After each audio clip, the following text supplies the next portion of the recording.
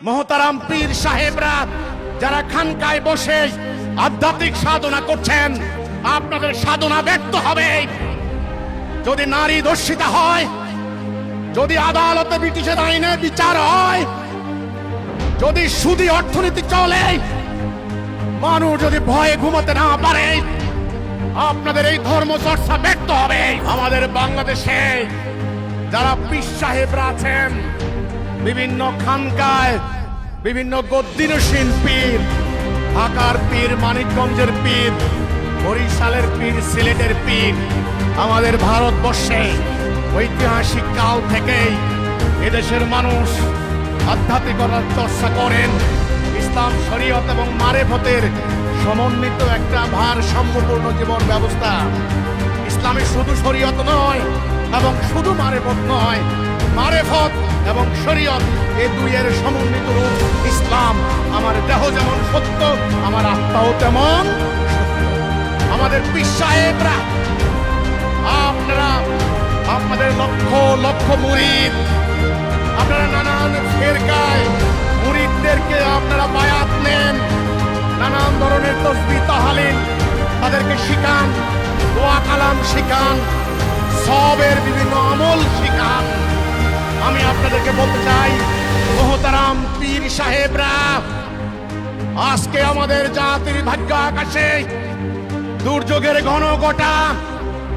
গত 14 মাসে আপনারা দেখেছেন উগ্রবাদী একটা গোষ্ঠী 200 মাজারে হামলা করেছে, খানকায় হামলা করেছে, অনেকের বাড়িঘর লুট করেছে, গবাদি পশু লুট করেছে। আপনারা সম্পদ রক্ষা করতে পারেন নাই, আপনাদের কর্মীর জীবন রক্ষা করতে পারেন নাই। কবরের থেকে লাশ তুলে এনে আগুন দিয়ে জ্বালিয়ে দিচ্ছে, এমন পৈশাচিকতা জাহিলি যুগেও হয় নাই।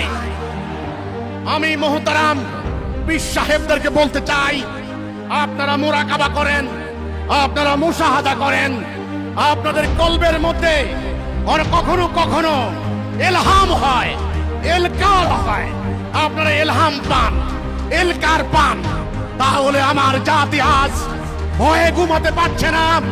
কিভাবে আপনারা খানকার দরজা বন্ধ করে আপনারা সেখানে বসে বসে তাকবীর তারা টপকাতে পারেন?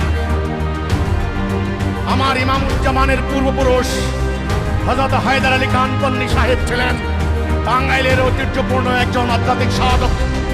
কাজে আমাদের ইমামুজ্জামান আমাদেরকে বলে গিয়েছেন, ইসলাম দেহ এবং আত্মার সমন্বিত রূপ, শরীয়ত এবং মারেফতের সমন্বিত রূপ।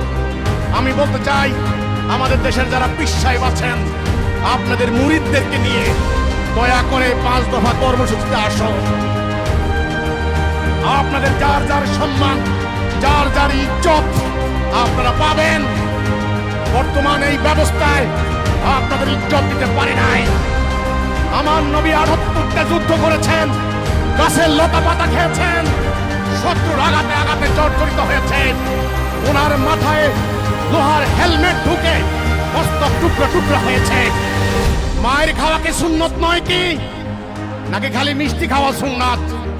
মোহতারাম পীর সাহেবরা যারা খানকায় বসে আধ্যাত্মিক সাধনা করছেন, আপনাদের সাধনা ব্যর্থ হবে।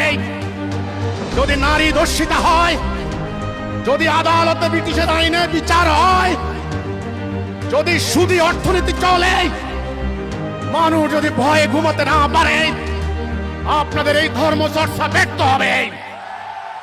আপনারা বেরিয়ে আসুন। হিজবুত তাওহীদ মুক্তির ডাক দিচ্ছে। হিজবুত তাওহীদ আল্লাহর মনোনীত দল। হিজবুত তাওহীদের ইমামকে আল্লাহ পরিচালিত করেন। এই 5 দফা কর্মসূচি, হাদিস, আপনারা ছোট্টখাট্ট হাদিসকেও আমল করেন। আমি জানি সুন্নত তরক করেন না। মিসওয়াকের কি গুরুত্ব, কি ফজিলত, কি মর্তবা, কোন দুয়ার কি ফজিলত, আপনারা আমল করেন, ভালো কথা। কিন্তু আমার রাসূল এত বড় কথা বললেন, আনামরুকুম বিখামসিনাল্লাহু আমারানি বিহিন্না, আল্লাহ আমাকে 5টি কাজের আদেশ দিচ্ছেন, আমি তোমাদেরকে দিয়ে যাচ্ছি। এই 5 দফা থেকে আধার সরে গেলে ইসলামের রশি খুলে যাবে। এত বড় হাদিস আপনাদের কি নজরে পড়ে নাই? আল্লাহ কোরআনে বললেন, যারা আমার আইন দ্বারা বিচার করে না তারা কাফের। এত বড় নির্দেশ কি আপনাদের নজরে পড়ে নাই? আল্লাহ বললেন, যদি তোমরা আমার রাস্তায় সংগ্রাম না করো, অন্য জাতি তোমাদের উপর চাপিয়ে দেব। আল্লাহর এত বড় আদেশ আপনাদেরকে নজরে পড়ে নাই? আল্লাহ বললেন, কুতিবা আলাইকুমুল কিতাল, যুদ্ধ করা তোমাদের জন্য ফরজ করে দিলাম। এত বড় আমল আপনারা কি করে বাদ দিলেন? আল্লাহ বললেন, আনাকিমুদ্দিন, দিন কায়েম করো, দিন কায়েম করা ফরজ। এত বড় আমল আপনারা কি করে বাদ দিলেন? ছোট্ট ছোট্ট মেসওয়াকের সুন্নত আপনারা বাদ দিচ্ছেন না। তাহলে সম্মানিত পীর সাহেব এবং তাদের মুরিদানদেরকে আমি বলতে চাই, ইজ্জত রক্ষা করার জন্য, খানকা রক্ষা করার জন্য, মর্যাদা রক্ষা করার জন্য, ধর্মীয় বিশ্বাসকে হেফাজত করার জন্য আসুন তাড়াতাড়ি একটা তাওহীদের পতাকা তলে ঐক্যবদ্ধ হই। লা ইলাহা ইল্লাল্লাহ মুহাম্মাদুর রাসূলুল্লাহ। আমাদের হুকুম চলবে কার? বিধান চলবে কার? আইন চলবে কার? আমরা মুমিন না কাফের? মুমিন। আমাদের জাতি হবে কয়টা? একটা।